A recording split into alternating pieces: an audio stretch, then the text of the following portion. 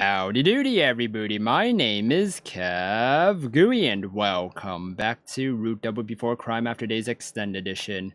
If you missed the last episode, you can click on the eye in the top of the video to watch the previous episode to get caught up. So right now, Watse stood there in a daze for a while. Oh man, in the last episode, Ina-sensei really died? I hope it was a hallucination. I hope it was. I don't know. He eventually came back to his senses, only to have the weight of the life he had just lost crush him once more. God damn it. Watse gritted his teeth as he stood in front of that sealed room. Why am I so damn powerless? If only I were my true self with all his memories, then I just know I would have saved Teach for sure. He had no AD. His time limit grew shorter with each passing moment. Even if he started searching now, he had but a slim chance of finding more AD, and he knew that. He couldn't find an exit. He'd lost the trust of his comrades, and to top it all off, even Ina had been killed. Is this the end of the line? Would it be better to just give it all up and call it quits? No, it would never be better. Never give up, never surrender, Watase. Watase was assailed by his powerlessness. His heart felt as if it would sink into darkness at any moment. So in the end, I can't save anyone the way I am now. But at that moment, he remembered something the commander had said in one of his transmissions.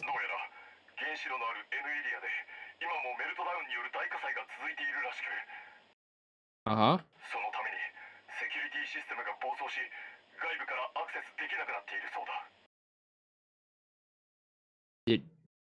Did everyone just overlook this?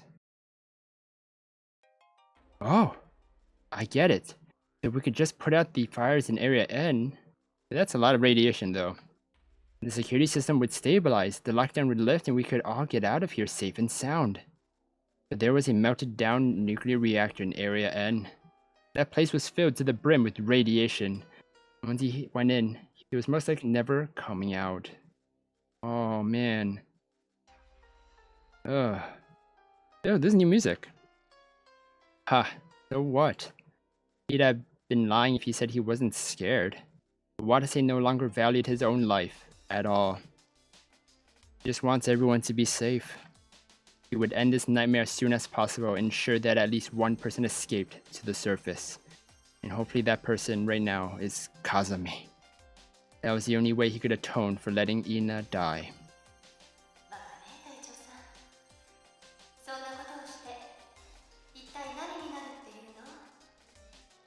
Aww.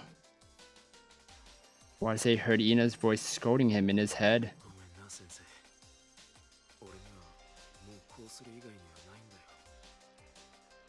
Aww. Watase muttered that and walked off. He headed for Area N, home of the burning reactor. Watase's Procyon started beeping louder than he'd ever heard it before when he opened the connecting passageway gate to Area N. Okay.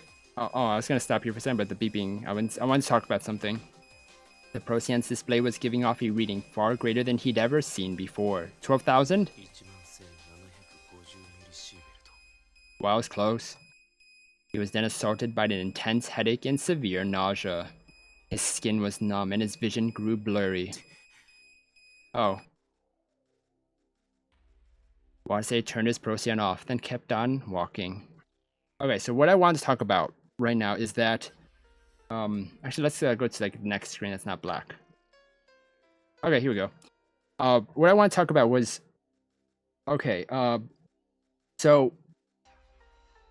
so Ina's sensei had a part of the gun, right?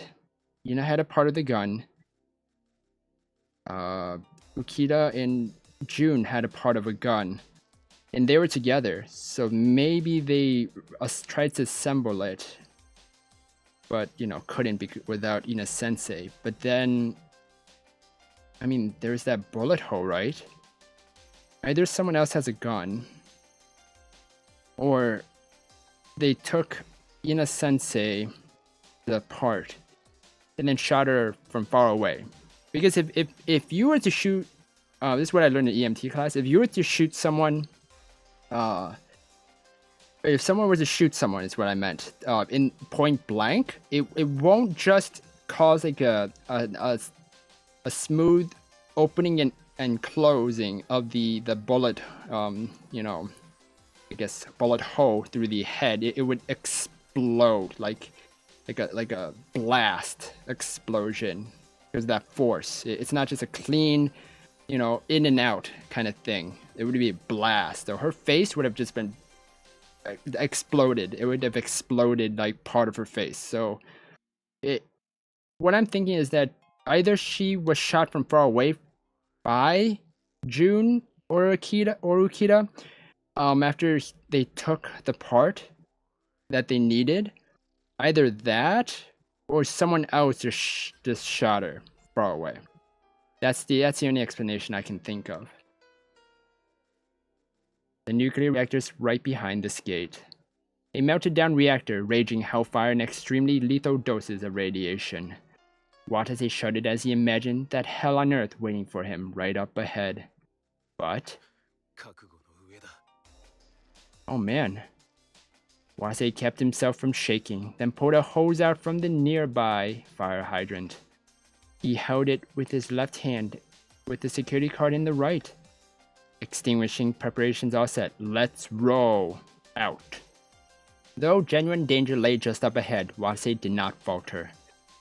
Grim determination was coursing through him. He suddenly broke out into a smile.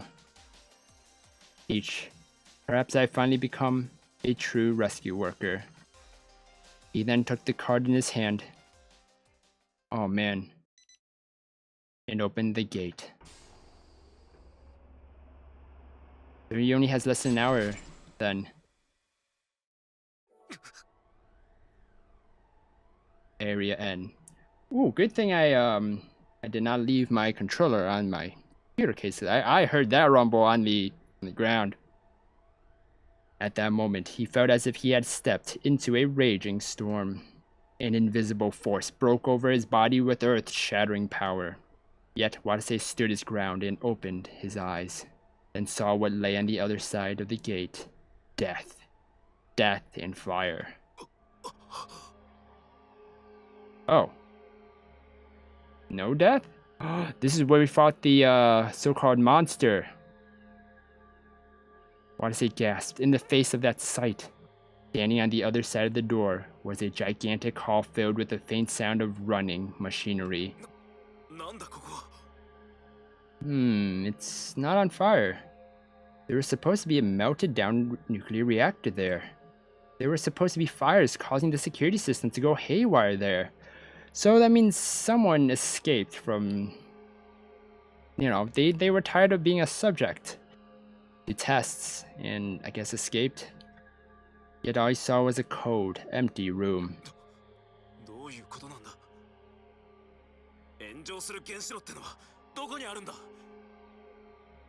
Watase threw the hose aside and looked around. A transparent cylinder stood in the center of Area N, surrounded by 6 towering spire-like installations. Those installations all connected to each other near the ceiling, forming a hexagram.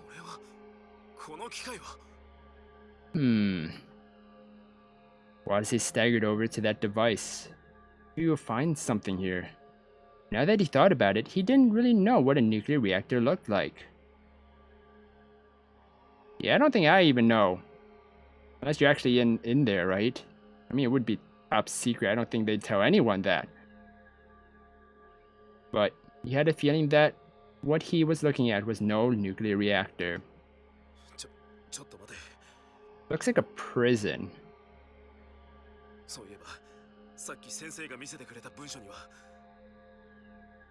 Maybe? Oh, we never checked.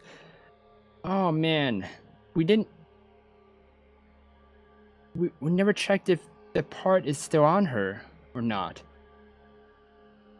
Watase strained his brain to remember the words he'd seen earlier. Let's see, the words in that search list were ASN meltdown, brain dysfunction, subject N, WX particle, particle amplifier, WX particle spread.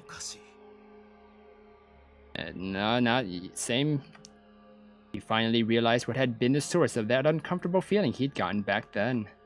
Though Case N and Meltdown had shown up on that list, terms that should have been there weren't. There had been not a single sign of the terms nuclear reactor, radiation, radioactive material, or radiation exposure. Instead, there were mysterious terms like WX particle and particle amplifier. It was clearly strange. Watase couldn't explain it. However, he felt the answer lied in this room.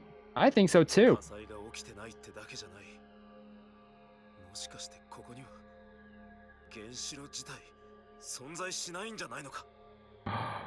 It's all a rouge. Watase's shell was full of astonishment. Yes, you were. Someone's gonna pop out right now. His confusion begot more questions. He felt like he'd heard the same words being screamed at some point in the past.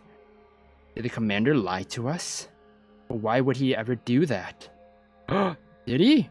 Oh. No, the ones I should be doubting are the staff of LABO. Oh, of course they wouldn't, because they wouldn't really know what's down here, right? So does that include Old Man Ukita too? Yeah. From what Watase had seen from how everyone had acted, it seemed the entire city believed that LABO housed a nuclear reactor. And why did the people running LABO lie about that? Well, to hide something. What meaning was there in putting on such an elaborate ruse to fool the townspeople? That's why the kids wanted to come down here, because they knew there's something going on here. Oh. Watase's head hurt again when he thought about that. Oh, flashback? Felt far worse than any of his other headaches. All his wounds and skin also began to hurt at the same time. To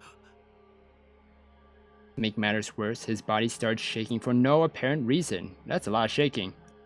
Wait, are these convulsions? Uh-oh. He frantically looked around, hoping to find an exit. But instead, he spotted a strange object. What? Anno? Something was lying on the ground further up ahead. He staggered on over to it and picked it up. It was a security card that had been split into two. The name on the card was Miyoko Tankawa. Its security level was LVN. The mother. Just then, an unpleasant stench suddenly took hold of Watase's nose. Oh no, the stench of death. No, not the stench of death.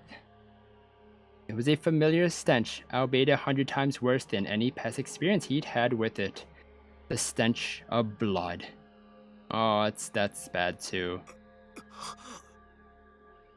A bad feeling rose in Watase's heart as he took a look behind the device. Oh no. Oh no! Oh no! Too late? No! Oh no! No! Oh my god, we had a death in the last episode, we have another death here? No! No! Oh no, I'm not ready for another sad... Oh, this game has so many emotional roller coasters. A boy garbed in a school uniform was lying there. His body was collapsed in a vast pool of blood. Isn't that Natsuhiko Tankawa? His name and face matched up perfectly with Watase's memory of him. Was all bruised up like he was hit or something. But Natsuhiko didn't respond to his calls. Watase took off his gloves and pressed his index finger against Natsuhiko's carotid artery. He couldn't feel a pulse, and Natsuhiko's body was growing colder and colder.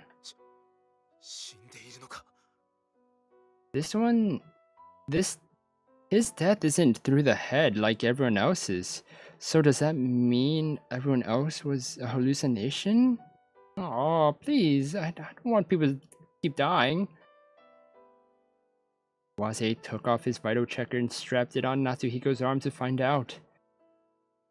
All red. Vital signs flat. Watase looked over Natsuhiko's body to find there were several small holes and wounds here and there behind his uniform. Seems so. The sight of them was no longer as shocking to Watase after having seen so many of them before. The blood oozing from those wounds hadn't dried up yet. Does that mean he only just died right before I got here? Oh. Watase laid Natsuhiko flat on the floor and began CPR. Not gonna help. Just do it like Tachibana Moribe did. 15 compressions, 2 rescue breaths. Watase withstood his headaches and convulsions in his desperate attempt at CPR. 15 compressions, 2 rescue breaths. 15 compressions, 2 rescue breaths. 15 compressions, 2 rescue breaths. 15 compressions, 2 rescue breaths. 15 compressions, 2 rescue breaths. 15 compressions, 2 rescue breaths. I think 5 is the max. That really guarantees that they aren't gonna make it. I believe 5 rounds. However, no matter how many times he tried, the boy's heart remained still. He was dead. He'd passed away all alone in this vast, empty hall. Oh. Watase hung his head feebly as he stayed where he was.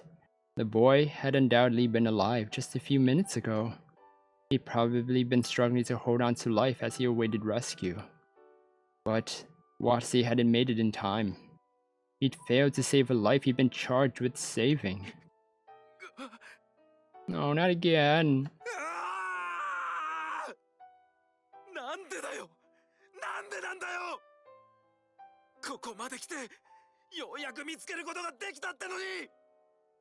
Oh. Watase's shouts echoed through the hall. Who is that? Just then, Watase spotted something out of the corner of his eye. Huh? I'm gonna end the episode here, everybody. We'll find out who it is in the next episode. Man, oh. Why are you doing this to me, game? But if you guys enjoyed this episode of Root Double Before Crime After Days Extended Edition, then please slime that like button and subscribe down below for more awesome videos. Thank you everybody for watching this episode, and you will hear me in the next one. Goodbye! Capturing failed! Oh man! Dang it, I was so excited to capture her.